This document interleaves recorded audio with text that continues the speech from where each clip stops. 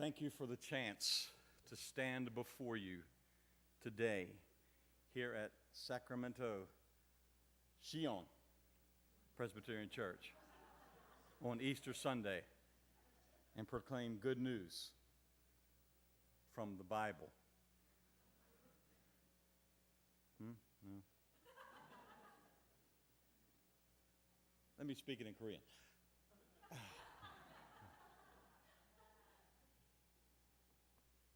The greatest news the world ever heard came from an open, empty grave.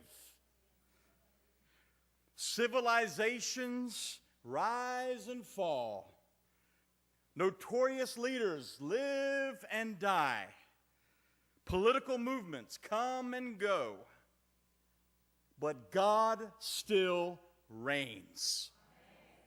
Today is special because we honor Jesus as risen and alive. We celebrate the new life he has breathed into us. And today we try something new. The part of Pastor Lee will be played by this large screen. I will miss Pastor Lee up here. I make him look younger.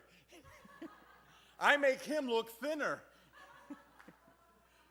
Sitting next to me, he looks even better. I miss Pastor Lee.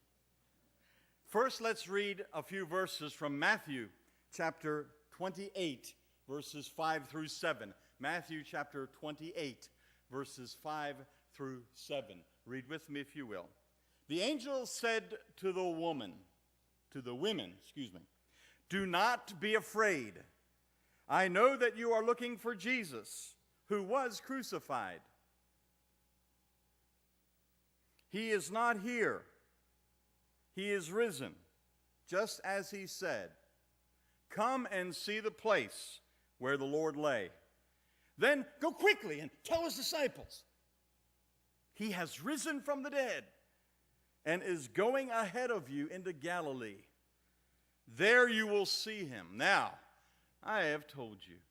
Matthew 28, 5 through 7. In these three verses, we have 8 personal references to Jesus. In 3 verses, 8 personal references to Jesus.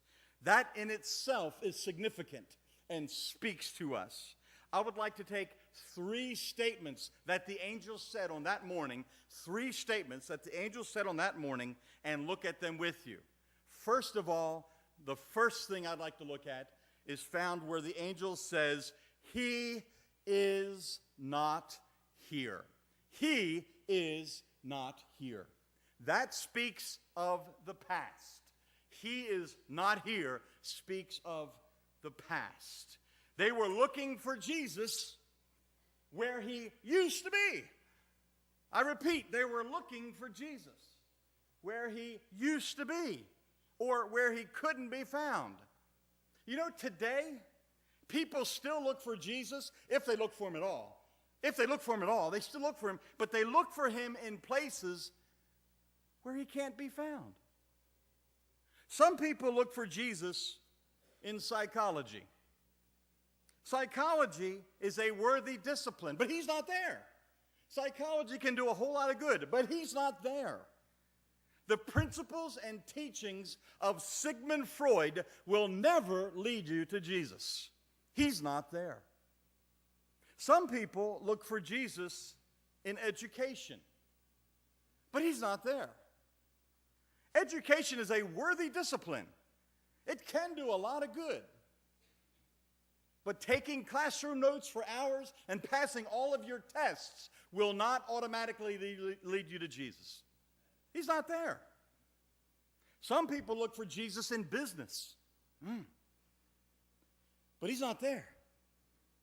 Once more, business is a worthy discipline. It can do a lot of good, possibly. But the principles and teachings of Donald Trump do not lead you to Jesus. He's not there. Some people look to Jesus in philosophy. I like philosophy. the love of wisdom. Some people look for Jesus there. But 1 Corinthians chapter 1, verses 20 and 21 tells us that God makes foolish the wisdom of this world. And in fact, the world through its wisdom did not know God.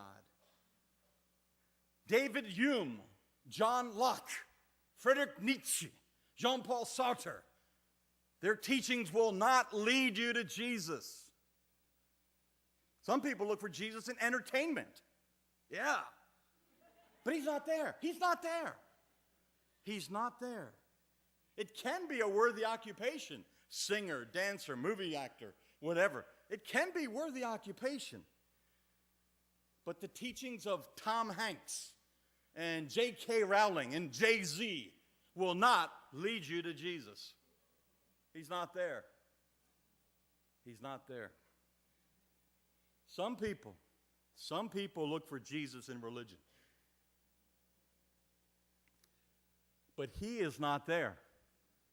Jesus is not in religion. He's not there. Religion put Jesus on the cross. That's what religion will get you. Religion puts him on the cross. The teachings and principles of all religions of the world will not lead you to Jesus. In fact, some people, and I hope I do not offend, but it's true, it's not a bad thing, but some people wear a little cross with Jesus still on it. They still have the cross with Jesus still on it. Now, I understand that, but the reality is he died once for all. He is no longer on the cross. That's the past. You can try and look for Jesus on the cross, but he's not there. Where is Jesus? Unless you go straight and sure to Jesus, there is no other place you're going to find him but when you go directly to Jesus himself with nothing else in the way. He is not here. Past tense. The second statement of the angel in Matthew 28 is, he is risen. That speaks of the present. Past, he's not here. Present, he is risen. If all we heard was he's not here, turn off the lights and shut the doors and go home. We are hopeless. If all we hear is he's not here, what hope do we have to offer? We are of all men most miserable. That's not good news. We came looking for Jesus, and he's not here. I came looking for him, and I can't find him. That's hopeless. But you know why the reason he's not here? Because he's risen. He is risen from the dead, as he said. Every disappointment you have today, every fear you have today disappears with the statement that he is risen. That's where our disappointment flies. Easter is the day, today, when we proclaim that the stone is rolled away, the tomb is empty, the grave could not hold him, is what we proclaim. Death could not keep him. He stands forth on the highest pinnacle of heavenly glory, proclaimed by the Father, declared by the angels, adored by saints, feared by devils, as the one living, incomparable Christ. That's the one we worship today. He is risen. Present tense. He's not here. Past tense. He is risen. Present tense. And then thirdly, the angel said, he goes before you. Future tense. He goes before you. You see, this service will soon be over. It won't be long. Won't be long. It will soon be over. And then what? And then what? We have lunch today? Is there lunch here today? Yes? I don't know. Is there lunch? Okay, so lunch. Okay, so you stay, you eat lunch. And then what? You going to go back to the same old thing? Back to the same old thing? Back to the same old life? Is that what you're going to do? No. No. Jesus goes before you, blazing a new path, a new life, a life you have never known before. He goes before you, blazing a new life for our future. Jesus goes before you. Jesus goes before you as you walk into and through the future. There he goes. He's going before you. Follow him. Jesus goes before you as you walk into and Peter through sickness, because that's where he's going, and he goes before you. Follow him. That's where he's going. Jesus goes before you as you walk into and through poverty. That's where he's going. Go with him. Follow him. Jesus goes before you as you walk into and through cancer. That's where he's going. Go with him. Follow him. He's going before you. Jesus goes before you. And every one of you, and me too, can all say amen on this one. As he goes into and through death. That's where he's going.